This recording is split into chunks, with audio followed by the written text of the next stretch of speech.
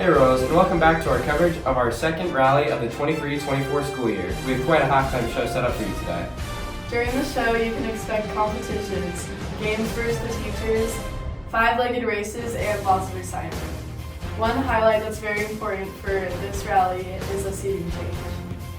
To increase excitement, everyone will be on the same side of the stadium for this rally. Seniors and sophomores will enter from the bottom, and juniors and freshmen will enter from the top. Juniors will be located in the blue section and the seniors in the red. Freshmen will be in the unpainted section closest to the scoreboard, and sophomores in the unpainted section closest to the school. When you arrive at the show, you can expect to see your ASB class officers in front of your section on the track. Your grade needs your help.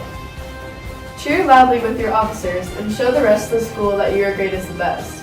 The louder that you cheer, the more class points you will get. At this time, make your way to the football stadium, leaving all your belongings within the classroom. Get ready to cheer for your class and have a great rally, Royals.